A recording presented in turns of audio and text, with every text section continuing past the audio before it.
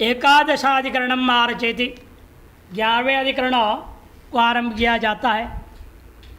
चमसाध्वर्युगत बहुत्व विवक्षाधिकरणम, चमसाध्वर्यु शब्द में आयो जो बहुत्व है उस विवक्षा करनी है कि नहीं करनी।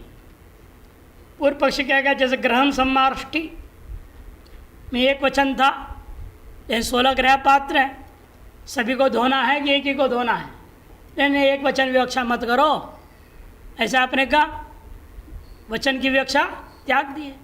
यहाँ भी बहुवचन विवक्षा त्याग दो, सिद्धांत है नहीं, यहाँ बहुत्व विवक्षित है। तान वृणीतेति बहुता नास्ति वास्ति ग्रहैक्यवत् नेति चेत नात्र वैषम्याद उत्पत्तौ बहुता श्रुते है। तान वृणीत इति, तान वृणीता विधि है, वृणीता बहुवचन है, तान भी बहुवचन है, इसलिए बहुत्व यहाँ पर विवक्षित नास्ति व अस्ति नहीं है, यह है। पूर्व पक्ष कहता है ग्रहेकवद न, जैसे ग्रह सम्राट में एक वचन अविवक्षित था, वैसे यहाँ पर भी बहुत्व अविवक्षित किया जाए। जे न अत्र वैषम्यात्, वहाँ और यहाँ में अंतर है। वहाँ पर क्या था, वो जो है ग्रहिकत्व में उद्देश्यगत था वो, और यहाँ विधि है ना उपादेयगत है, दोनों में मामला भिन्न है। उद्देश्यगत एकत्व अविवक्षा भले किया, यानी उपादेय में, उपादेय में नहीं कर सकते, वही बताएंगे टीका में। देखिए वैषम्याद उत्पत्तौ बहुता श्रुत है, उत्पत्ति विधि में बहुत श्रुत है। यहाँ वहाँ उत्पत्ति विधि अलग है, ग्रह पात्रों की उत्पत्ति विधि वो नहीं था, केवल मार्जन करने के कल सूत्र वाक्य है वो ग्रह सम्माष्टि, इसे उत्पत्ति विधि में ही होने के नाते बहुत श्रुत होने से उसे हम बहुत की अविवक्षा नहीं कर सकते हैं, अर्थात विवक्षा किया जाएगा। अविवक्षा नहीं कर सकते, हमने विवक्षा करना चाहिए। चमसाध्वर्यून वृणीत, चमसाध्वर्यून वृणीत इति यद बहुत्तम श्रुतम तन्न विवक्षितम। चमसाध्वर्यों को पहले विचार आ चुका है, चमसाध्वर्य क्या है, ऋत्विकों से अलग होते हैं, उनको वर्ण किया जाता कहा था, उनके लिए बात आ रही है यहाँ पर, उनका वर्ण की बात है। और बहुत्व है, एक से ही सबको मान लिया जाए, पूर्व पक्ष का मानना है, बहुवचन विवक्षा मत करो। ग्रहिकत्वद उद्देश्यगतत्वाद इति चेत मैवाम, ग्रहिकत्व के समान उद्देश्यगत होने के नाते उसके विवक्षा नहीं करनी चाहिए। चेत मैवाम ग्रह वैषम्यात्, ग्रह के मामला और यह मामला भिन्न भिन्न है। कैसे, ग्रह सम्माष्टि ग्रहाणाम न उत्पत्ति वाक्यम, ग्रह सम्माष्टि जो है ग्रह पात्र के उत्पत्ति विधि वाक्य नहीं है, मार्जन गुण विधि है, वो अंग विधि है वो। चमसाध्वर्योणाम तो एतदेव उत्पत्ति वाक्यम, चमसाध्वर्यों के मामले में तो यही उत्पत्ति विधि वाक्य है, इसका अलग कोई है ही नहीं। सबसे पहले वर्ण होगा, वर्ण के बाद ही तो अन्य कार्य होगा। अतएव चमसाध्वर्यु के मामले में ये वर्ण वाक्य उत्पत्ति विधि वाक्य है। ततः तेषाम उपादेयत्वात्, इसलिए उपाधि कोटि में, उद्देश्य कोटि में नहीं है, उपादेयत्वात् तद्गतम बहुत्तम विवक्षितम, तद्गत बहुत विवक्षित है। ठीक है, तो भी चमसाध्वर्यूणाम नियता अधिकरण, चमसाध्वर्यूणाम नियतत्वाधिकरण, वो भी कितना करना है, कोई संख्या है क्या। बहुत का मतलब बहुत वचन, बहुवचन में 3 भी हो सकता है ना, न्यूनतम 3 माना गया। प्रथम वही नियमेता कारण से अनतिक्रमात्, इसके आधार पर जो है 3 संख्या, तो कहते हैं नहीं, यहाँ है आपके 10, अतः 10 मानना पड़ेगा, वही बता रहे हैं। द्वाशाधिकरण मार्जति चमसाध्वर्यूणाम नियताधिकरणम, नयत्तास्त्वस्तिवा तेषां न नियामकवर्जनात् चमसानां दशत्वेन चमसाध्वर्यवो दश। स्पष्ट अर्थ कोई टीका क्या नहीं, स्पष्ट है। यत्ता तेषां नास्ति अस्ति वा, न यत्ता अस्ति बने यत्ता न अस्ति, अस्ति वा किनका तेषा चमसाध्वर्योणाम। पूर्व पक्ष कहता है न अस्ति, योग्यता नहीं है। क्यों नहीं है? नियामक वर्जनात्, कोई संख्या पूर्वक विशेषण दे करके नियामक विधि है ही नहीं। इतने ग्रहण करो उतने ग्रहण करो, नियामक कोई विधि नहीं है। तो सिद्धांत के नहीं, जितने पात्र उतने तो वर्ण करोगे, कम कैसे करेंगे? चमसानाम दशत्वेन, चमस पात्र कितने हैं इस याग विशेष में? 10 है। अतएव चमसाध्वर्योपि 10, चमसाध्वर्य भी 10 लेने पड़ेंगे। स्पष्ट अर्थ। त्रयोदशाधिकरण आरचति, 13वां अधिकरण आरंभ करते हैं। शमित्राधिकरण, शमित्री, शमिता, शमितारा संज्ञाया है। ये कौन लोग है शमितारा? ऋत्विकों से भिन्न है कि अभिन्न है, ये विचार करना है। तेभ्यो अन्य शमिता नान्यो वान्य संज्ञा पृथक्त्वतः वर्णाभावतो नान्यः संज्ञा भेदस्तु यौगिकः। वो जो वर्णन किया गया ऋत्विक लोग हैं उनसे भिन्न मानना चाहिए। तेभ्यो अन्य शमिता नान्यो वा, उनसे भिन्न मानना चाहिए या नहीं मानना चाहिए। पूर्व पक्षदा अन्य भिन्न मानो, क्यों? संज्ञा पृथक्त्वतः, संज्ञा भिन्न हो गया। इनका नाम शमिता रख दिया गया, उनका नाम सामान्य ऋत्विक चमसाध्वर्यु नाम है। अब शमिता अलग नाम होने से अलग ही होना चाहिए उन सभ्यों से। पूर्व पक्ष ने ये कहा, सिद्धांत नहीं, वर्णाभाव तो वर्ण किया विधि क्या? यदि इनसे भिन्न होते उनका भी तो वर्ण करना पड़ेगा ना कर्मकांड के लिए। वर्णाभाव तो नान्य, भिन्न नहीं हो। फिर संज्ञा भेदस्तु यौगिक है, यही अध्यापक है, यही पाचक भी है, ये स्वपाकी है। मान लो कोई अध्यापक है और स्वपाकी है, स्वयं पर भोजन बना रहा है, तब क्या हो जाएगा? अध्यापक का नाम पाचक हो जाएगा। तो भिन्न हो जाएगा नाम रखने से, पाचक और अध्यापक। एक ही में दोनों नाम उपाधि भेद से प्रयोग हो जाएगा, यौगिक हो जाएगा।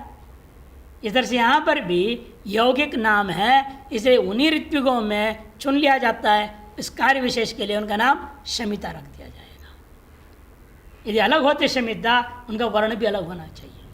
कि वर्ण किए बिना आपने वर्ण करने का मतलब क्या? दीक्षा आदि दान आदि तय हो गया, दक्षिणा तय हो गया है, क्या क्या देंगे आप, कितना देंगे, सब तय है, तब वो काम करेंगे। उसके बिना आप किसी से फालतू काम नहीं ले सकते। फ्री सेवा नहीं चलता है। वैदिक यज्ञों में मुफ्त का सेवा किसी का नहीं ले सकते आप, पुण्य चला जाएगा आपका। वैदिक यज्ञ का नियम है, वर्ण करना पड़ेगा, दक्षिणा दे करके उनसे कार्य कराना पड़ेगा। कार्य करा के बाद में दक्षिणा दो, दक्षिणा तय हो जाता है। अभी कल ही आया था, दक्षिणा तो तय करना पड़ेगा। इसे इनका कहना है कि देखो, तेभ्यो अन्य शमित इत्यादि में शमितार उपेत न यज्ञम इत्यस्मिन् मंत्रे श्रुताया शमित्र संज्ञाया पृथक्त्वात् उक्तेभ्यो अन्य शमिता इति चेत् मैवाम शमितार उपेत न यज्ञम इति। इस मंत्र में श्रुत जो शमित्री संज्ञा है वह उक्तेभ्यो ऋत्विभ्यो पृथक एवं अन्य है ये शमिता इति चेत् मैवाम पृथक वर्णाभावात्। जैसा आपने देखा चमसाध्वर्यों का भी वर्ण हुआ, ऋत्विकों का भी वर्ण है, इन सब का वर्ण है, लेकिन उनका वर्ण विधि है ही नहीं, अतः उनको अलग नहीं माना जा सकता। संज्ञा भेद तो पशु संजपन योगाद उपपद्यते। संज्ञा भेद जो कैसे हुआ? फिर पशु संजपन योगाद, ये काम उन लोगों के हैं जो पशु का संजपन करने के लिए, उसका नाम शमिता हो गया ना। वो चलता हुआ फिरता हुआ बकरा का प्राण को शमन करने वाले, समाप्त करने वाले। पशु संजपन योग से जो ऋतु के काम करेगा उस ऋतु का नाम शमिता। और पकड़ने वाले बाकी पकड़ेंगे वगैरह करेंगे, उसी से शमितारा बहुवचन होंगे, 2-3 ब्राह्मण होंगे, वो इन्हीं में से लोग होंगे वो जो काटने के लिए प्रवृत्त होंगे। यद्यपि यह मंत्र अध्वर्यु कांडे पठिता, यद्यपि यह मंत्र जो है अध्वर्यु कांड में पठित है, तथापि अध्वर्यो परावृत्ति श्रवणात्, लेकिन अध्वर्यु के लिए का जब संचपन होता है पशु का, अध्वर्य वहाँ नहीं रहना चाहिए, परावृत्त हो जाओ, वहाँ से हट जाओ, ये कहा गया है। अतः अध्वर्य तो करेगा नहीं, उसको तो परावृत्त होने बोल दिया, वही समझा रहे से। यद्यपि यह मंत्र अध्वर्य कांड में है, किंतु अध्वर्य को तो वहाँ से परावृत्ति के श्रवण है। अध्वर्यो पुरुषाः प्रतिप्रस्तात्रादेशमितारो, इसे अध्वर्य के जो 3 चेड़े होते हैं उसके अधीन काम करने वाले प्रतिप्रस्ताता आदि, वे 3 जो है शमिता कहे जाएंगे। अतएव श्रूयते परावर्तित अध्वर्यो पशो संजप्यमानादिति, इसलिए सुनने स्पष्ट है अध्वर्य जो है पशु का जब संजपन होता हुआ समय आता है वहाँ से हट जाता है, परावृत्त हो जाता है। अतएव शमिता अलग नहीं है, किंतु अध्वर्यु गण की 3 जो ऋत्विक है उन 3 ऋत्विकों का कार्य विशेष मेरे पशु संजपन रूपी कार्य विशेष के साथ जब लग जाते हैं तब उनका नाम शमिता हो जाता है। चतुर्दशाधिकरण मारचेति, उपगात्राधिकरणम, उपगात्राधिकरणम उपगान करने वाले, जैसे होता है ना एक आदमी मुख्य गायक होता है और उसे गायन के में सहयोग देने वाले साथ में 8, 10, 20 जितने भी हो सकते हैं। जो चौरस गाना, खोरस बोलते हैं, खोरस गाना गाते हैं, वैसे बहुत लोग होते हैं साथ में, सब मिलके गाते हैं। मुख्य एक व्यक्ति बोल रहा है, इन बाकी सहयोगी होते हैं बहुत, उनको उपगाता, उपगात्री, उपगाता अधिकरण, उपगात्र अधिकरणम। वो भी क्या नृत्यों में से लिया जाए या उसे बिन लाना पड़ेगा?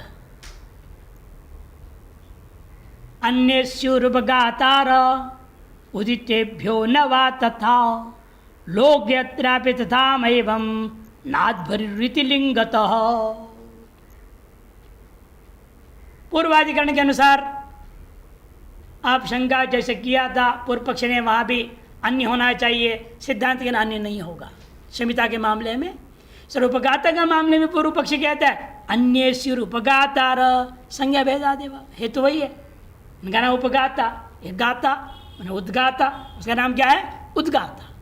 गायन करने वाले का नाम यज्ञ के अंदर जो वर्ण किए गए उद्गात त्रिगुण कहा जाता है, वो उद्गाता है, और एक क्या है? उपगाता है। संज्ञा भेदात ये भिन्न होना चाहिए, ये पूर्व पक्ष कहता है। अन्य स्युरुपगातार उदितेभ्यो न वा यथा, अथवा उनसे भिन्न नहीं होना चाहिए। पूर्व यथा लोगे अत्रापि तथा, जैसा लोक में होता है मुख्य गायक से भिन्न गायक होते हैं लोग उपगाता, वैसे यहाँ भी अलग होना चाहिए।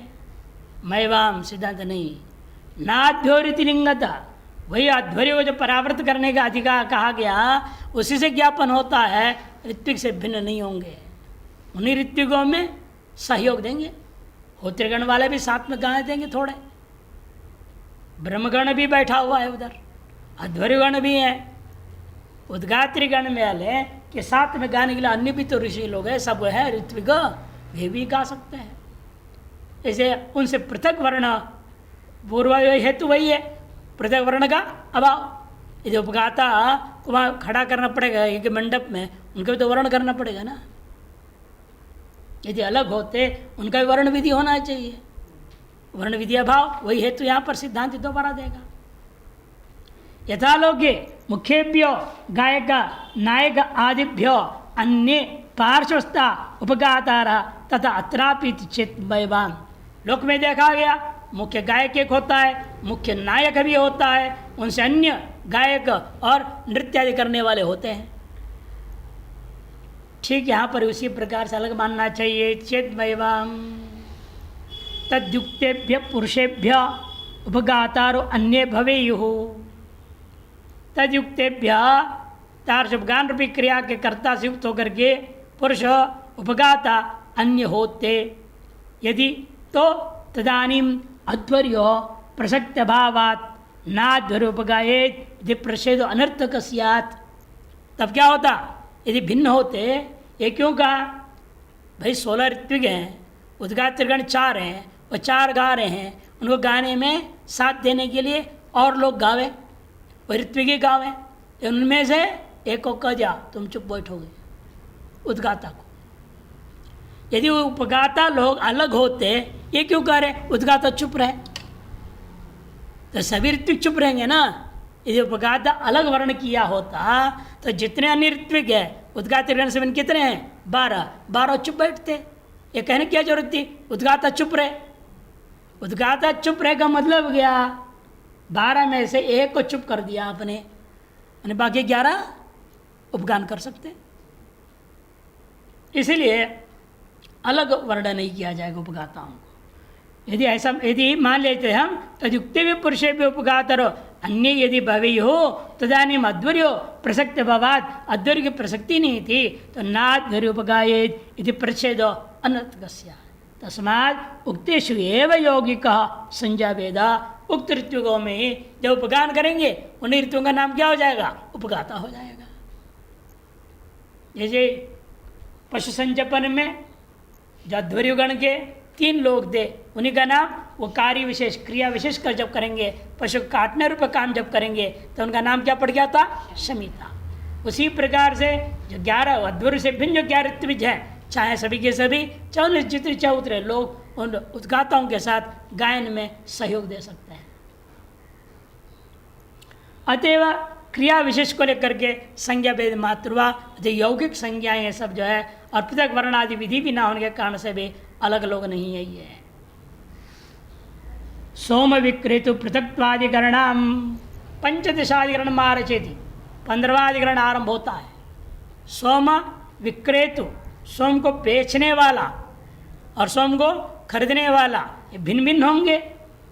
जैसे अभी आपने ऋत्विकों में ही हो, इस ऋत्विकों में कोई बेचने वाला हो जाए सोमलता को, खरीदने वाला तो यजमान है, वो तो पक्का है ना। क्रेता कौन है, यजमान है। विक्रेता कौन होगा, क्या ऋत्विकों में से कोई सोमलता बेच गया और अतिरिक्त पैसा कमा सकता है कि नहीं कमा सकता है। ऋत्विकों में से कोई कह सकता है मैं सोम बेच देता हूँ, मेरे को पैसा दो। 10 प्रकार का धन देना है ना, अलग अलग। वाससा गृहणाति हिरण्यन गृहणाति से मिलना है। कोई लोभी लालची ऋत्विक पंडित कहेगा भाई मैं ही बेचूंगा तुमको, तब सिद्धांत कहते हैं नहीं, ऋत्विक वर्ण कर चुके हैं क्रिया के लिए, अब आप क्रयण कर्म बेचने वाले विक्रेता आप नहीं बन सकते, विक्रेता अलग ही होगा। वही विचार आरंभ कर रहे। सोम विक्रय एकयेषु नवा वर्णवर्जनात् एक कृतर्थता नास्ति विक्रियस्येति भिद्यते। सोम विक्रय येषु एक एव नवा, सोम को बेचने वाला इन्हीं ऋत्विकों में से एक हो सकता है या अलग होना चाहिए, इनमें से नहीं हो सकता। पूर्व पक्षी कहता है वर्णवर्जनात् एक, वर्ण की जरूरत तो है ही नहीं, इन्हीं में से कोई भी बेच सकता है।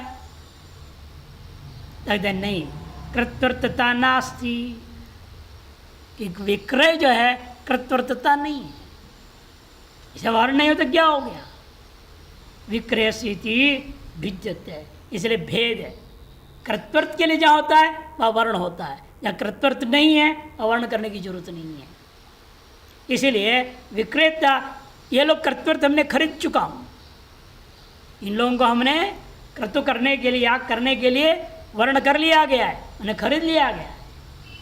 अब ये लोग जो है इससे अतिरिक्त जिस काम के लिए खरीदा गया उस अतिरिक्त काम वो नहीं कर सकते। अतः बेचने वाला इन सब से अलग ही होगा। क्रयेव ज्योतिष्टोम अंगत्वेन श्रुता, क्रयण जो है ज्योतिष्टोम का अंगत्वेन श्रुत है, न तो विक्रय। खरीदने के बारे में तो वर्णन किया कि यजमान जो है इन इन चीज़ों को देख करके 10 प्रकार भिन्न पदार्थों को देख करके खरीदेगा, ये कहा गया। लेकिन कौन बेचेगा इसकी कोई विधि है ही नहीं। और क्या ऋत्विक जो वर्ण कर चुका है, याग के लिए नियुक्त हो चुके हैं, या उनमें से कोई विक्रेता हो सकता है क्या? कि क्रयण का मतलब ये हुआ एक निश्चित कार्य के लिए आपने ले लिया, उसे अतिरिक्त कार्य वो नहीं कर सकते कुछ भी। न तो विक्रय न च अविहित ऋत्विज कुर्वन्ति। देखो, अविहित काम ऋत्विक नहीं कर सकते। ऋत्विकों के लिए विक्रय करने का विधान है क्या? ऋत्विक बेच सकते हैं, ऐसे कई विधि है।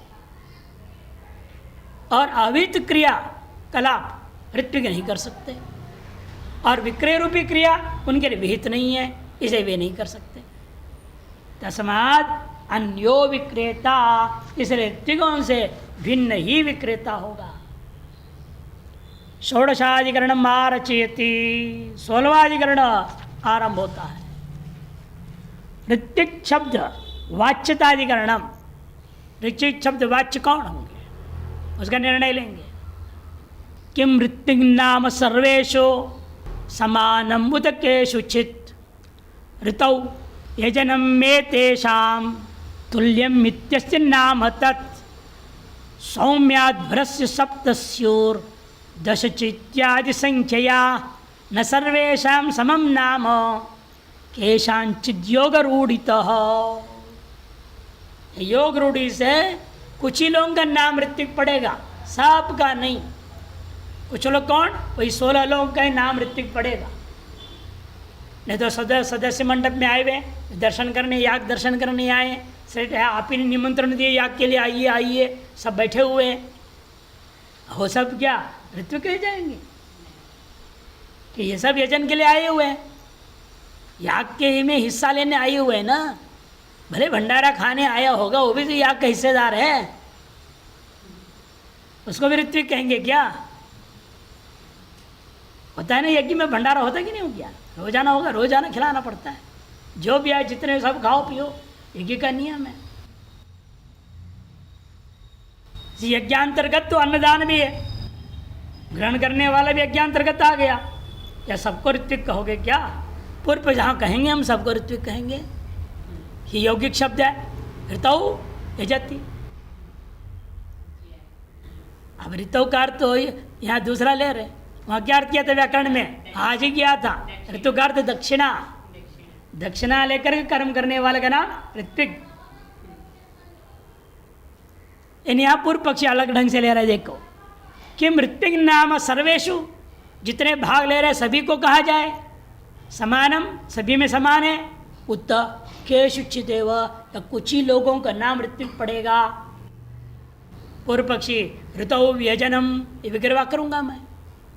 एतेषां तुल्यम, सभी में बराबर है, इत्यस्ति नाम तत्, इस सभी का नाम ऋत्विक पड़ जाएगा। सिद्धांत कह रहे नहीं, सौम्याध्वरस्य सप्तस्युर्दशचैति आज संख्याया।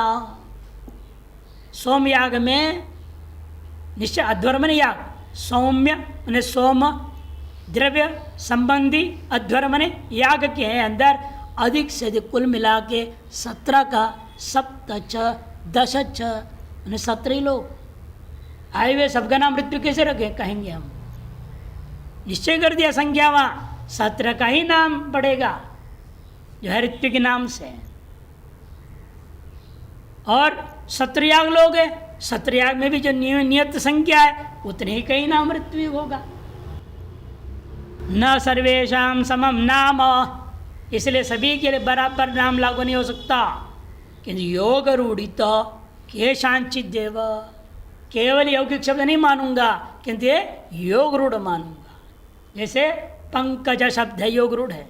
पंकात जायते इति पंकजः, कमल में रूढ़ कर दिया, यौगिक भी है और एक वस्तु विशेष में रूढ़ हो गया, उसको योग रूढ़ कहते हैं। यौगिक रूढ़ अलग है, योग रूढ़ अलग है। यौगिक रूढ़ में एक शब्द का 2 अलग अलग अर्थ होगा, यौगिक अर्थ भी अलग होगा, रूढ़ अर्थ भी होगा। दृष्टांत क्या दिया था? उद्भिदा यजेत पशुकाम, उद्भिद्यते असो इति उद्भिदा, कुद्दाल आदि का भी नाम है। जो खोदने का साधन सब, या पेड़ आदि जो फोड़ करके निकलते उद्भिद्यते असोविति, कर्मणि और कर्ण व्युत्पत्ति से यौगिक अर्थ हो गया। रूढ़ार्थ उद्भिद नाम के याग विशेष है, याग का नाम रूढ़ कर दिया। और दो भिन्न अर्थ होता है। और योग रूढ़ में यौगिक अर्थ भी उसी में जाएगा, रूढ़ अर्थ भी उसी में जाएगा, एक ही होगा।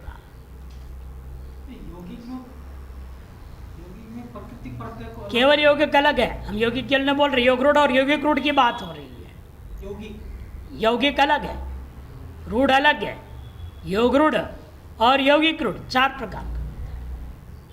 रूढ़, केवल यौगिक, तीसरे में योग रूढ़, वहाँ पर दोनों मिलकर एक ही अर्थ बोध कराएंगे। और चौथा यौगिक रूढ़, वहाँ यौगिक अर्थ अलग है, रूढ़ार्थ अलग है, उद्भिद आदि दृष्टांत है। अब ये विचार करेंगे उसमें भी। यहाँ पर हमने कहा कि यहाँ योग रूढ़ मान लिया है हमने, ये केवल जो पूर्व पक्षी यौगिक अर्थ लिया और सभी में घटा रहा है, जो जो याग में आ जाए, जो याग में हिस्सा ले ले, सबका नाम ऋत्विक ले लो। तब कहते नहीं, ये योग रूढ़ है यहाँ। नहीं तो क्या होगा, जैसे पंकाज जायते, तो कीचड़ से में पैदा होवे, घास भी पैदा होता है, कीड़े मकोड़े हो जाते हैं। इन कमल में ही आप ले जाते पंकज शब्द, ये योग रूढ़ हो गया। यौगिक रूढ़ नहीं, योग रूढ़। यौगिक रूढ़ उद्भिद शब्द दृष्टांत है, वैदिक दृष्टांत उसके लिए उद्भिद है। ऋत्विक शब्द से प्रवृत्ति निमित्तम, ऋत्विक शब्द के प्रवृत्ति निमित्त पूर्व पक्षी केवल यौगिक मान करके कह रहा है, ऋतौ व्यजनम इति तच्च ब्रह्मादि शिव चमसाध्वरिषु अप्यस्ति। ब्रह्मादियों में जैसा है 16 में, चमसाध्वरियों में भी रहेगा, बोलों को भी हो जाएगा। तस्मात् सर्वेषां ऋत्विजां ऋत्विक नाम समानम, सभी ऋत्विजों में ऋत्विक नाम बराबर होना चाहिए। इसमें संख्या श्रुति विरोधा, संख्या श्रुति के साथ विरोध होगा। 17 का ही नाम ऋत्विक का, और चमसाध्वरी कितने थे? 10 वो हैं, ये 16 26 हो गया। 17 संख्या साथ विरोध हो कि नहीं होगा? हम सदस्यों को छोड़ दो, भंडारा खाने को छोड़ दो, आप चमसाध्वरियों को ही लेंगे, ये तो 10 है, और वो ऋत्विक है 16, 26 हो जाएगा। और 17 संख्या दिया, 17 का ही नाम ऋत्विक, उसके साथ विरोध हो जाता है। इसीलिए सभी का नाम ऋत्विक नहीं हो सकता, बल्कि वो भी वर्ण किया गया ना, उनका भी वर्ण हुआ है। चमसाध्वरियों का भी वर्ण आया था ना, चमसाध्वरी का वर्ण किया गया है, फिर भी उनका नाम ऋत्विक नहीं होगा। संख्या श्रुति विरोधात् सौम्यस्याध्वर्य से यज्ञकृतो सप्तदश ऋत्विज इति श्रूयते है। सोम याग संबंधी जो याग है, सोम संबंधी जो याग है, उसमें यज्ञ क्रतु के कर्ता जो है 17 ऋत्विज है, ऐसे सुनने को मिला है। तस्मात् योगम अतिक्रम्य, अकेल योगी का अर्थ नहीं लूँगा, योगी का अर्थ को अतिक्रमण करके शास्त्रीय रूढ़िम अप्याश्रित्य, शास्त्रीय रूढ़ि को भी स्वीकार करते हुए केषुचिद एव एतन्नाम इति अवगंतव्यम, कुछ ही मैंने उन्हीं 17 लोगों में ही ऋत्विक संज्ञा रूढ़ कर दिया जाएगा। उसे भिन्न भले वर्ण किए हुए हों या अवर्ण किए गए हों, उनमें से किसी का भी नाम ऋत्विक नहीं होगा।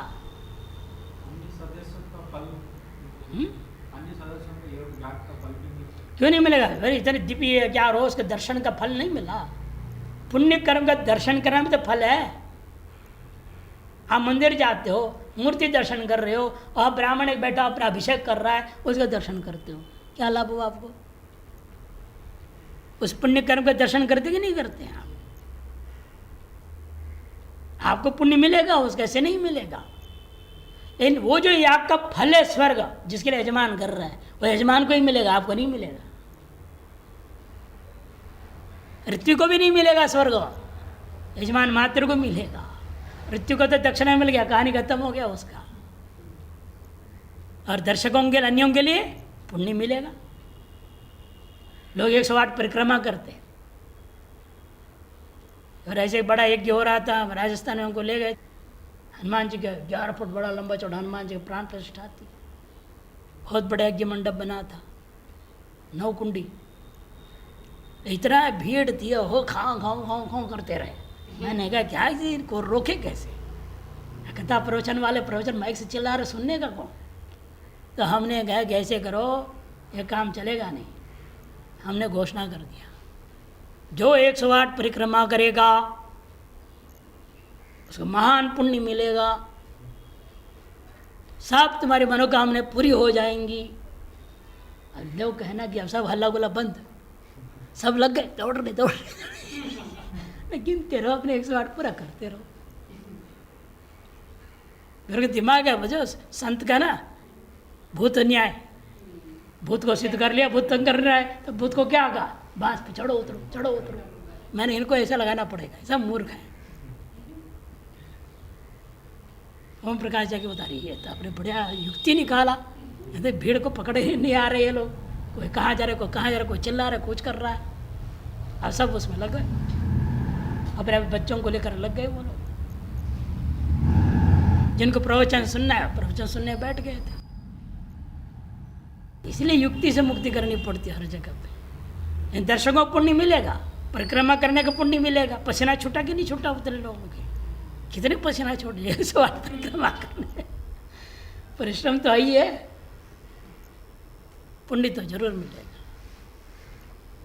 सप्तदशाधिकरण मार्चति ब्रह्मादि नाम ऋत्विक नियमाधिकरण।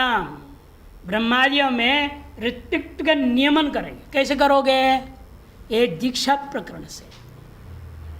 दीक्षा की एक विधि है, अर्थ संग्रह में आया ये चीज़, अब पढ़ चुके अर्थ संग्रह में, उसी को दोबारा यहाँ ला रहे। देखिए, सप्तदशाधिकरण मार्चेति ब्रह्मादीनाम ऋत्विक नियमनाधिकरणम संख्याता अपि ये केचित् नियता वा अविशेषतः आद्यो न दक्षिणादाने दीक्षायांच विशेषणात्। संख्याता अपि ये केचित् नियता वा, भले संख्या गिना दिया 17, और 17 संख्या जिस किसी को पकड़ लेंगे, जो कोई भी संख्या पूरी कर दो 17 किसी से भी, ये पूर्व पक्ष कहेगा। सिद्धांति नियतावात व नियत है। पूर्व पक्ष अविशेषता आद्यो, योग रूढ़ भी मान लिया हमने ऋत्विक शब्द, वो भी अविशेषता, किसी को भी पकड़ो संज्ञा पूरी कर दो, ये 17 का नाम ऋत्विक रख दो। कहते ऐसा नहीं हो सकता। अविशेषता आद्य चेत न दीक्षायाम दक्षिणा दाने च विशेषणात्। दीक्षा प्रक्रिया में वर्ण करने में उन 16 लोगों का नाम स्पष्ट आया हुआ है, उन्हीं का नाम ऋत्विक पड़ेगा इसीलिए। और 17वां कौन होगा? यजमान। यजमान को भी ऋत्विक संज्ञा हो जाएगी, अगला अधिकरण में आएगा, 17वां यजमान होगा। और दक्षिणाम में भी पूर्णिना, अर्धिन, तृतीयन, पादिन करके 4 चौका 16 की तो गिनाया है।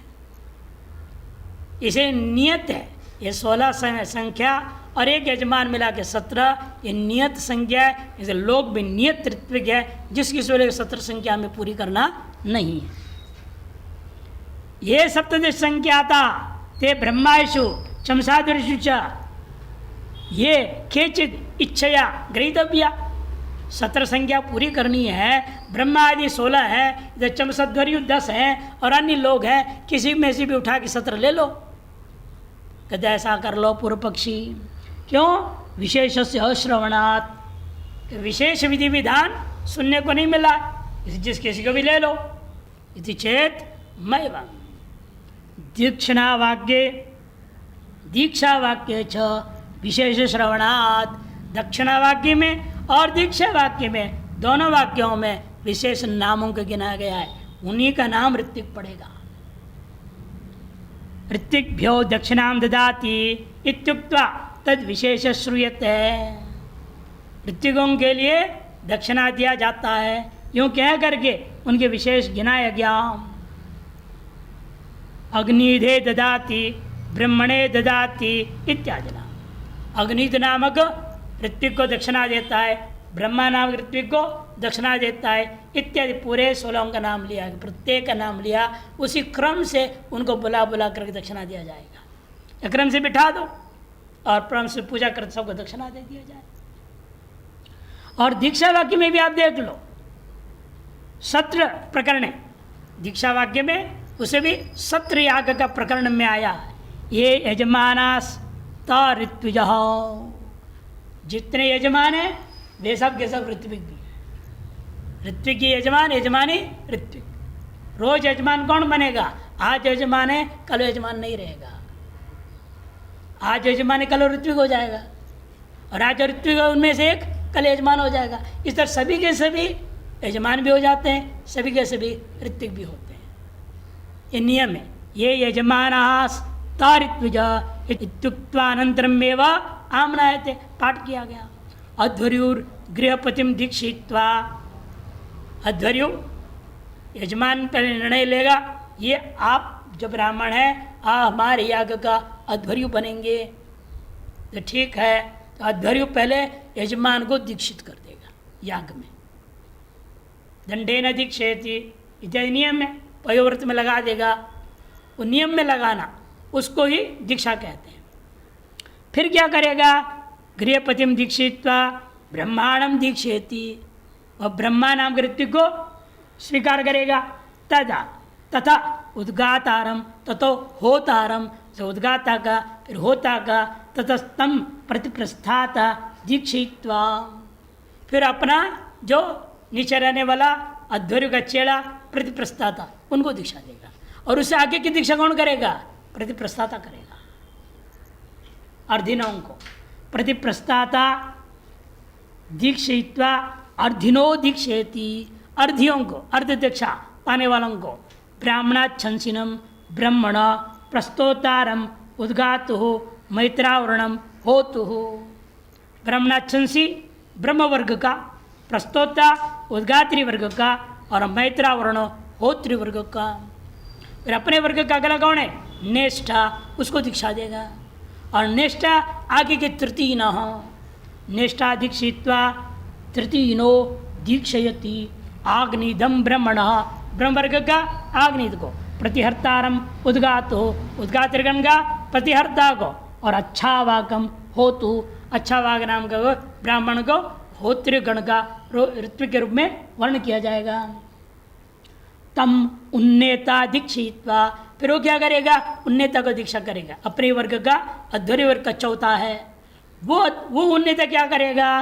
पादिनो दीक्षेति, पाद दक्षिणा पाने वालों का दीक्षा करता है। पोतारम ब्रह्मण, ब्रह्म वर्ग का कौन है? पोता। और सुब्रह्मण्यम उद्गातु, उद्गात्रगण का सुब्रह्मण्य, ग्रावसुतम होतु, ग्रावसुत नाम का व्यक्ति को होत्रिगण में वर्ण करेगा। तम अन्यो ब्राह्मणो दीक्षयति, उसके बाद अन्य भी जो आप ब्राह्मण आवश्यक हैं, जैसे आपने कहा किनको? चमसाध्वरी गण 10, उनको भी उस अतिरिक्त ब्राह्मण की आवश्यकता हो उनको भी वर्ण कर लेंगे। काम के अनुसार से याग की कितना बड़ा याग है, उसे जितने लोगों की जरूरत है उतने और अतिरिक्त होंगे। लेकिन इन्हीं 16 का नाम ऋत्विक होगा, उन लोगों का नाम ऋत्विक नहीं पड़ेगा। वह केवल सहयोगी मात्र है, मुख्य कर्मकर्ता नहीं है। इति ये वाक्य बता दिया। अस्ययम अर्थ, स्वयं अर्थ बता रहे। अध्वर्योर यजुर्वेद प्रोक्तम करोति, अध्वर्यो क्या काम है? किस ब्राह्मण को हम अध्वर्य नाम करके वर्ण कर रहे हैं? वह वर्ण जो यजुर्वेदिक कर्म को करता है। तस्य पुरुषास्त्रय, उसके अधीन में उसी यजुर्वेदिक कर्म में संबंधी कार्य करने वाले लोग 3 चेड़े होते हैं, प्रतिप्रस्थाता, नेष्ठा, उन्नेता चैति। एते चत्वारो दीक्षितार, देखो ये चारों का काम क्या है? दीक्षा देना। बाकी लोग दीक्षा देने वाले नहीं है, दीक्षा लेते ही केवल है। ब्रह्मा वेदत्रयोक्तस्य प्रत्यवेक्षण करोति, ब्रह्मार्थ जिसका नाम है, जो वेद त्रयोक्त सकल क्रियाकलापों को अवेक्षण करता है, केवल देखते रहता है। तस्य पुरुषास्त्रय, उनके 3 पुरुष है, ब्राह्मणाच्छंसी अग्नित पोता चैति। उद्गाता उद्गानम करोति, उद्गाता का काम क्या है? उद्गान करना। तस्य पुरुषास्त्रय, उसके भी 3 पुरुष है, प्रस्तोता प्रतिहर्ता सुब्रह्मण्यति, होता संसनन करोति। और होता किसको कहते हैं? संसन कर्म करने वाला। उसके भी पुरुषास्त्र मैत्रावरणो अच्छा वाको ग्रावस्तुच्छेति। चतुर्षु वर्गेषु, ये चार वर्गों का नाम ले लिया। चतुर्षु वर्गेषु प्रथमास ते दक्षिणाम संपूर्णाम प्राप्नुवन्ति, इसे उनका नाम क्या पड़ेगा? पूर्णिनः। चार वर्ग के जो पहले हैं, आपको हमने दिखाया है चारों वर्गों का चार्ट बनाया था। किसमें? और संग्रह के टिप्पण संग्रह में चित्र दिया है पूरा का पूरा, पृष्ठ संख्या 13 में नीचे में है। दिया पूर्णिनः, अर्धिनः, तृतीयनः इत्यादि गण का नाम दिया, अध्वर्यु गण इत्यादि नाम है। कौन सी वेद के वो भी है, काम किया वो भी बता दिया। तो इस तरह से बना के रखा हुआ है, उसको देख लीजिएगा और स्पष्ट हो जाएगा। ये द्वितीय जो वर्ग के द्वितीय हैं, ये द्वितीयास तद अर्धम ते प्राप्नुवन्ति थी। अर्धिन जो प्रत्येक वर्ग के द्वितीय ऋत्विक है, वे पहले वाले को जितना मिल रहा है उसके आधा ही उनको मिलता है, इसलिए उनको अर्धिना कहा जाता है।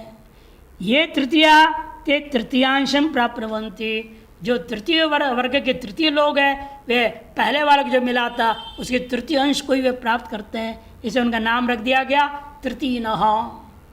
ये चतुर्थाः ते चतुर्थम अंशम प्राप्नुवन्ति, जो एक चौथाई हिस्सा को वे प्राप्त करते हैं, इसे उनका नाम पादिनः। तानेतान उक्त क्रमेण स पुरुषः संस्करोति, इसे उन वे जितने इनको वर्णन किया गया उक्त क्रम से वह पुरुष उनको दीक्षा के द्वारा संस्कारित कर देता है। अत्र दीक्षा वाक्ये निर्दिष्टा अध्वर्य प्रवृत्त एव ऋत्विजा षोडश न तो चमसाध्वर्यवैति नियमो द्रष्टव्य। इसे दीक्षा वाक्य में निर्दिष्ट जो अध्वर्य आदि 16 लोग हैं, इन्हीं का नाम ऋत्विक होता है, न तो चमसाध्वर्य। चमसाध्वर्यों में अन्य जो 10 वर्ण किए गए उसे अतिरिक्त जो वर्ण करते हैं उन लोगों का नाम ऋत्विक नहीं होता।